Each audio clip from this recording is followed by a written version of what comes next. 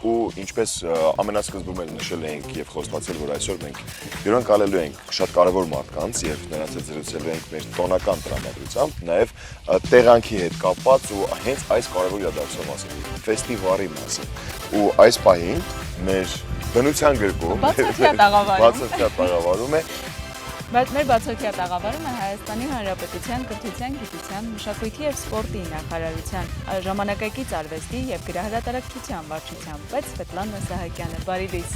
Բարի լույս։ Բարի լույս, շնորհակալ եմ եւ շատ ուրախ եմ ձեզ հետ այս բացօթյա տաղավարում կիսելու այսօրվա տոնականները։ Փոխադարձ։ Մենք եւս շնորհակալ ենք, որ առավոտը սկսել եք ֆեստիվալյան տրամադրությամբ, այն էլ մեր ու մեր հեռուստադիտողների հետ։ Մենք իրականում առավոտյան արդեն ժամը 10-ից փորձում ենք մեր սիրելի հեռուստադիտողներին համոզել, որ մայրաքաղաքը չի հանդիսանում ամեն ինչի կենտրոնը։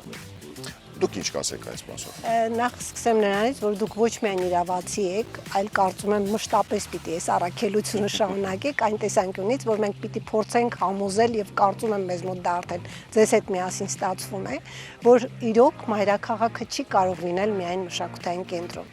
Եվ մեր համար մեկ նպատակը իդեմս նաև ֆեստիվալ փառատոնի անցկացման հենց դրան է միտված, որ մենք փորձենք ցույց տալ եւ կարծես թե իրոք դա ստացվում է, ցույց են տալիս վիճակագրական նախարարության կողմից իրականացվող վիճակագրական տվյալները, որ մայրաքաղաքից զատ մշակութային կյանքը եռում է նաև մարզերում։ Դրա վառ ապացույցը իսկապես ֆեստիվալյան փառատոնն է եւ անշուշտ կան նաև այլ փառատոններ, բայց քանի որ մենք այսօր խոսում ենք ֆեստիվալից, դա միանշանակ այդպես է։ Եվ կուզենայի գիտեք ինչը շեշտել, որ մենք այստեղ ձեզ հետ միասին ակցենտավորում ենք ոչ միայն մշակութային բաղադրիչը, այսինքն մարզերի մշակութային կյանքը հագեցնելը, մշակութային կյանքի ապակենտրոնացումը ապահովելը, այլև փորձում ենք մի շարք այլ խնդիրներ լուծել, որոնք ունեն տնտեսական բաղադրիչ եւս։ Որովհետև ֆեստիվալը նաև զբոսաշրջային է, երիտասարդական է, տնտեսական է, բայց երբ առաջին անգամ տեղի ունեցավ ֆեստիվալ զբոսաշրջային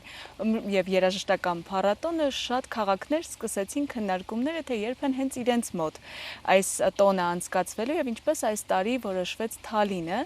արդյոք այդ էներգիան զգացվում էր, որ հենց այս անգամ առաջին կանգառը պիտի լինի Թալինում։ Դուք իրավացի նկատեցիք, որ երբ որ առաջին անգամ արեցինք, իսկ դա 2023 թվականն էր, հանրային հեռուստաընկերությունը մեզ առաջարկեց 3 մարզ իր քաղաքներում։ Անշուշտ մարզերի եւ քաղաքների ընտրությունը կայանցվում էր հետեւյալ ձևաչափով, որքանով հարմարեցված է տեղանքը եւ ինչքան շատ մարդ կարող է մասնակցել փառատոնին։ Բայց քանի որ մենք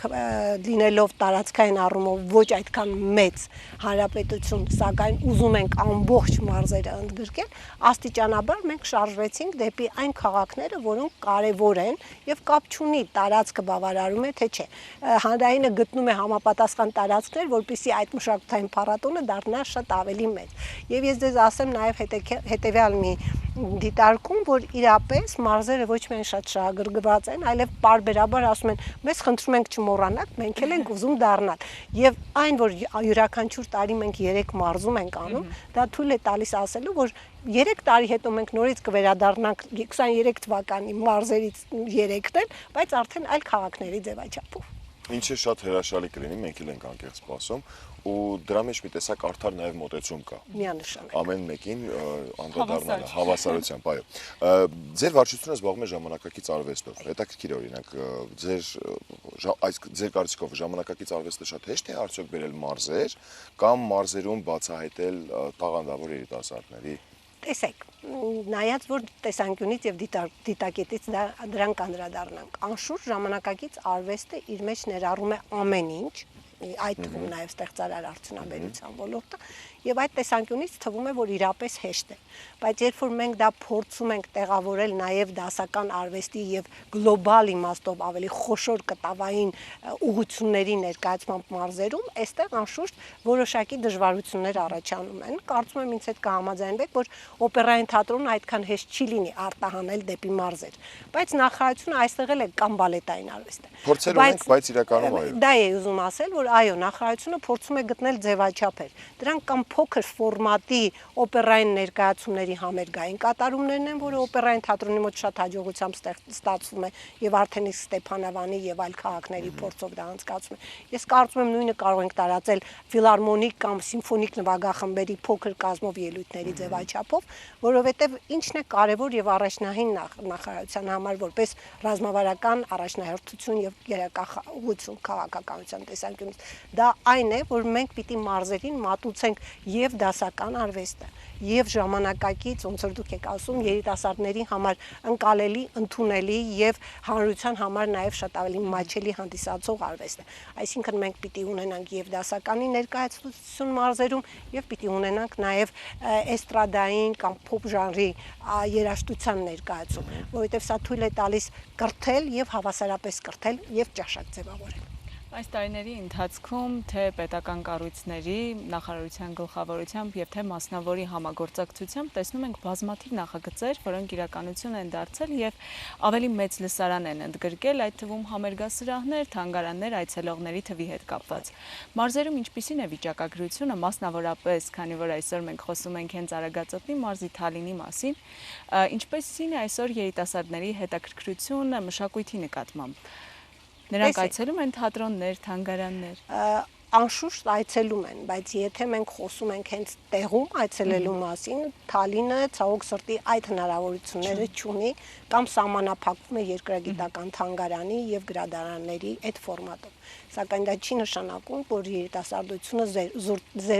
զուրկ է մնում մշակութային կյանքին հաղորդակցվելուց, որովհետև Թալինում նախ ունենք երիտասարդական կենտրոն, որը նույնպես նպաստում է երիտասարդական եռուզեռի ակտիվացմանը, եւ մոտ ապագայում նախարարությունը նմանատիպ ձևաչափ ունի եւ նախատեսում է մի շարք մարզերում աստիճանաբար գրեթե այն տարածելով բոլոր մարզերի վրա կառուցել եւ ձևավորել մշակութաժամանցային կենտրոններ, որոնք պիտի հենց դրան ուղղված լինեն եւ պիտի լինեն մի հարթակ, որտեղ եւ երիտասարդը եւ տարեցը եւ պատանին կկարողանան գտնել իրենց հետաքրքրություններով պայմանավորված զբաղմունք եւ ինչու՞ չէ նաեւ դրանով ձևավորել իրենց ճաշակը եւ հետո նաեւ մասնագիտական կողմնորոշում։ Որպեսզի պարտականություն չդիտարկվի նրանց կողմից։ Այո, իհարկե։ Սիրով գնան ամեն դեպքում։ Ժամանց լինի մշակութային։ Միանշանակ։ Հետաքրքիր է նաև, որ դուք զբաղվում եք հրատարակչությամբ, գործերով եւ այդ ոլորտում մարզերում ինչ ակտիվություն կա կամ այդ ոլորտին միտված ինչ ծրագրեր կան։ Գրարատարակչությամբ զբաղվելու մեր ուղղվածությունը կամ վարչության կողմից գրարատարակչության ոլորտի համակարգումը իր մեջ ենթադրում է եւ որպես ուղղություն ունի հետեւյալ ձևաչափերը, հա, դրամաշնորհային մրցույթների ձևաչափով աջակցել ստեղծագործողներին։ Դա կլինի երիտասարդ գրող, բանաստեղծ կամ այդ ոլորտում առաջին քայլերը անող արվեստագետ։ Եվ այս տեսանկյունից անշուշտ համոզված եմ, որ յուրաքանչյուր մարզում գոյություն ունեն փոքր գրական խմբակներ, նկատեմ գրողների միության մասնաճյուղեր, որոնք նույնպես փորձում են այդ աշխատանքը ակտիվացնել։ Նախարարության գործառույթը այստեղ սահմանափակվում է ըստ իս, բայց կարծում եմ դա վատ չէ, որովհետև մենք չենք կարող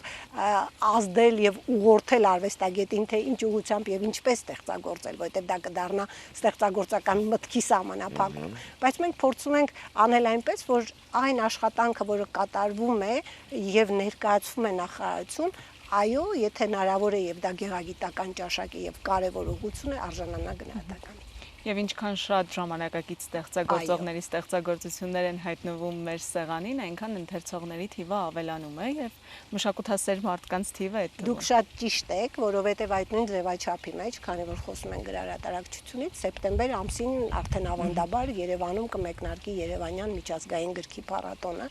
եւ անցյալ տարվանից սկսած այդ փառատոնը եւս մենք դարձրել ենք նաեւ արտագնա։ Այսինքն յուրաքանչյուր տարի բացի Երևանից մեկ կամ երկու քաղաք նույնպես ներառվում է գրքի փառատոնի շրջանակներում, սա նույնպես միջոց է, որպիսի մարդկանց եւ առավել եւս երիտասարդներին ու պատանիներին տանենք դեպի ընթերցանություն, սերմանենք ընթերցանության նկատմամբ այդ սերը եւ դարձնենք ավելի գրագետ, բարեկիրթ քաղաքացի։ Հետարքիր է մարզերում օրինակ այդ ուղղությամբ նկատմամբ սեր ունեցող մարդիկ կան, իսկն ստեղծագործողների մասն է խոսքը։ Միանշանակ կան, ես կարող եմ Ժամանակի միայն մարզերում էին շատ ակտիվ։ Չէ, անշուշտ մենք ունենք մարզեր, որտեղ դա շատ ավելի ակնհայտ է, որովհետև միջավայրը ինքն է դա տրամադրում եւ ձևավորում, մասնավորապես օրինակ կարող ենք միանշանակ նշել Գյումրին, Վանաձորը կամ Վանաձորը, դրա համար եմ ասում Լոռվաձորերը, բայց ես ինձ համար անցյալ տարի նաև հետաքրքիր մի այսպիսի բացահայտում արեցի, երբ որ մենք գնացել էինք Կապան գրքի փառատոնի շրջանակներում, որովհետև Կապանում էլ արտագնա էր, եւ շատ հետաքրքիր էր ինչը, որ այն